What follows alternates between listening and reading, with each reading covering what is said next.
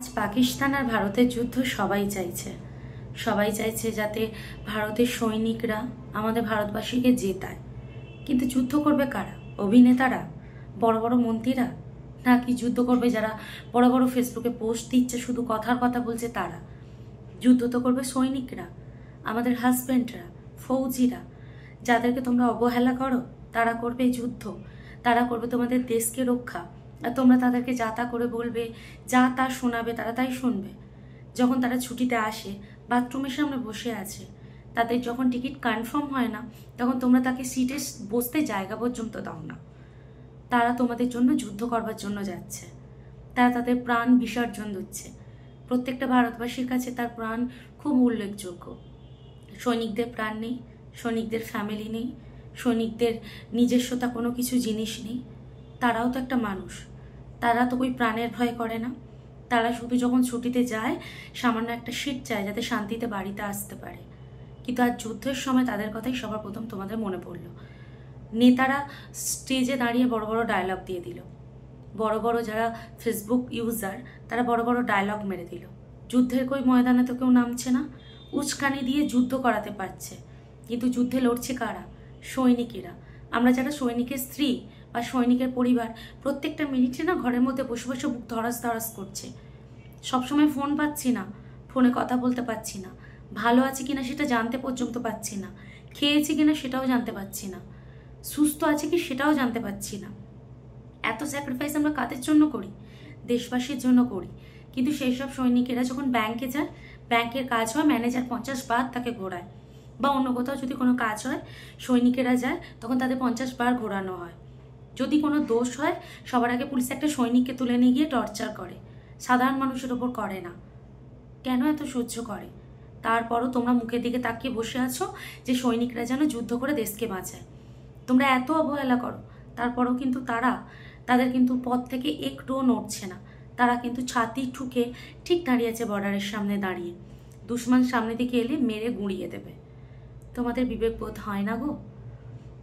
যাই হোক না কেন, তোমাদের সাথে একটা কথা আমি শেয়ার করতে চাই, যেটা হচ্ছে এই পাকিস্তান এবং এই যে ইন্ডিয়ার যুদ্ধ হচ্ছে, এই যুদ্ধেতে যে কর্মরত সৈনিকরা ছুটিতে ছিল তাদের ইমিডিয়েটলি ডেকেছে, এবং তাদের তো দুদিনের ভিতরেই আর টিকিট করা সম্ভব নয়। তাই তারা হয়তো খুব কষ্ট করে বাথরুমের সামনে বসে আবার যাওয়ার চেষ্টা করবে। দেশের স্বার্থে কমসে কম একটা দিনের জন্য হলেও তোমাদের সিটগুলো ছেড়ে দিয়ে তাকে বসতে দিও।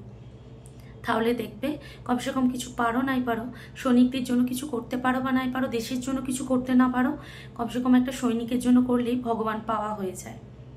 তাদের ফ্যামিলি আছে, তাদের কাছে তাদের ছোট ছোট বাচ্চারা আছে, তারপরও কিন্তু সব কিছু ফেলে রেখে তারা শুধুমাত্র দেশকে জেতানোর জন্যই এগিয়ে যাচ্ছে। আজ যদি আমি সৈনিকের স্ত্রী না হতাম, আজ যদি যুদ্ধের সঙ্গে প্রত্যেকটা মানুষ জড়িত সৈনিকরা না হতো, তাহলে কেউ উপলব্ধি করতে পারতো না তাদের কষ্টটা কি। প্রবাসী মানুষদের জীবন আর সৈনিকদের জীবনের হচ্ছে এটাই ফারাক। প্রবাসীর জীবনটা না কখনো না কখনো সে বাড়িতে আসবে, এটা কনফার্ম। কিন্তু সৈনিকরা একবার বাড়ি থেকে বাইরে বেরোলে আমরা সেটাকে আর ধরতেই পারি না পরের বারে তার সাথে আমাদের দেখা হবে কিনা। যে যুদ্ধটা হচ্ছে, ভারতবাসীর প্রত্যেকটা মানুষ চাইছে যুদ্ধ হোক, পাকিস্তানও চাইছে ভারতের প্রত্যেকটা মানুষকে গুঁড়িয়ে দিতে। কিন্তু মাঝখানে পিছছে কারা? আমরা সৈনিকের স্ত্রীরা। মা বাবার মুখে খাবার ওঠে না, স্ত্রী হাঁ করে ফোনের দিকে তাকিয়ে বসে রয়েছে, কখন একবার ফোন আসবে, কথা বলবে। মা বাবা হাঁ করে বসে রয়েছে, কখন তার সন্তান একবার ফোন করে বলবে, বাবা আমি ভালো আছি, মা আমি ভালো আছি। চাকরি পাওয়ার প্রথমেই না সন্তানকে দেশের জন্য দিয়ে দিতে হয়। তোমরা সন্তানকে আগলে রাখো, সন্তানকে বাবা বাচ্চা করে খাইয়ে বড় করছো। আর একজন সৈনিকের মা বাবা তাকে তার দেশের জন্য দিয়ে দেয়। কতটা তারা খুব মনের ভেতর থেকে শক্ত হয়ে দেয়, কখনো ফিল করেছো? কেউ কখনো ফিল করেনি।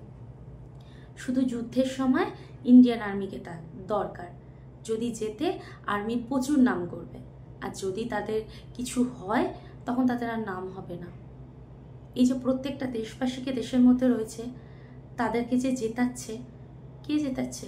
নেতারা। তারা তো দাঁড়িয়ে দাঁড়িয়ে ভাষণ দিচ্ছে, উপরে বসে জিতছে কি হারছে সেটা দেখছে। কিন্তু মাঠের ময়দানে লড়ছে কারা? এই তো সৈনিকেরাই। তাদের কষ্ট হয় না? তাদের বাড়ির জন্য মন কাঁদে না?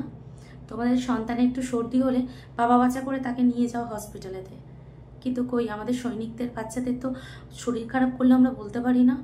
এইসব ফিলগুলো তোমরা করতে পারবে না। প্রবাসী যারা, তারা তবু জানতে পারবে যে তার সন্তানের শরীরটা খারাপ করেছে, বারবার ফোন করতে পারবে। যুদ্ধের ময়দান থেকে তো ফোন করে ফ্যামিলির খবর নিতে পারে না। এইসব জিনিসগুলো কেউ বুঝবে না। এই কিছুদিন ধরে যে অপারেশন হলো, অপারেশনেতে তারা সৈনিকরা কেমন আছে কেউ কি জেনেছে? বাড়িতে তো কারো শরীর খারাপ বলে বারবার করে গিয়ে পুজো দিতে থাকো। কখনো সৈনিকদের জন্য পুজো দিয়েছো? কখনো দেশের জন্য পুজো দিয়েছো? কখনো ভগবানের সামনে হাত জোড় করে বলেছো প্রত্যেকটা মায়ের সন্তান যেন জিতে তার মায়ের কোলে ফিরে যায়? কেউ বলনি। সবাই তাকিয়ে বসে রয়েছে কখন পাক আর ভারতের বিশাল যুদ্ধ হবে, আর সেই যুদ্ধে জিতবে ভারত, আর কাঁড়ি কাঁড়ি ভিউজ আর টাকা কামাবো শুধুমাত্র ফেসবুক থেকে আর ইউটিউব থেকে, তাই না? এই ছোট ছোট কথাগুলো কারো কান অব্দি পৌঁছাবে না, কারণ এই যে জগৎ, এখানে যদি হিংসাহিংসি করো তবেই মানুষের কানে পৌঁছাবে। এত সুন্দর কথাগুলো একজন ফৌজির ওয়াইফের কষ্টটা কারো কাছে পৌঁছাবে না, কেউ উপলব্ধি করতে পারবে না। কারো কাছে পৌঁছালেও তাদের চোখ থেকে এক ফোঁটা জলও বেরোবে না। আমরা যে কি পরিস্থিতির মধ্যে দিয়ে প্রত্যেকটা মিনিট যাচ্ছি না, সেটা আমরা জানি। আমরা যে কতটা কষ্টের মধ্যে দিয়ে যাচ্ছি সেটা একমাত্র আমরা জানি।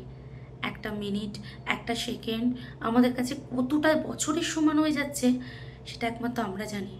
পাগল পাগল লাগছে নিজেকে মনে হচ্ছে যে থাক আমরা যেন নিজেরাই এত টেনশন না নিতে পেরে মনে হচ্ছে সুসাইড করে ফেলি। এই ফিলগুলো কেউ করে না। রাস্তাঘাটে যখন বেরোই তবুও প্রত্যেকটা দেশবাসীর মুখের হাসি দেখে না আমরা নিজেদেরকে খুব কন্ট্রোল করি, জানি এদের জন্যই তো আমাদের হাজব্যান্ডকে দিয়েছি, এরা ভালো থাকুক। কিন্তু সেই সব মানুষেরাই যখন অপমান করে, পাঁচটা কথা শোনায়, আমাদের সৈনিকরা যখন ছুটিতে আসে তাদের অবহেলা করে, সেসব জিনিসগুলো দেখলে না খুব কষ্ট লাগে। যাই হোক, অনেক কথাই বললাম, অনেক মনের কষ্ট বার করলাম।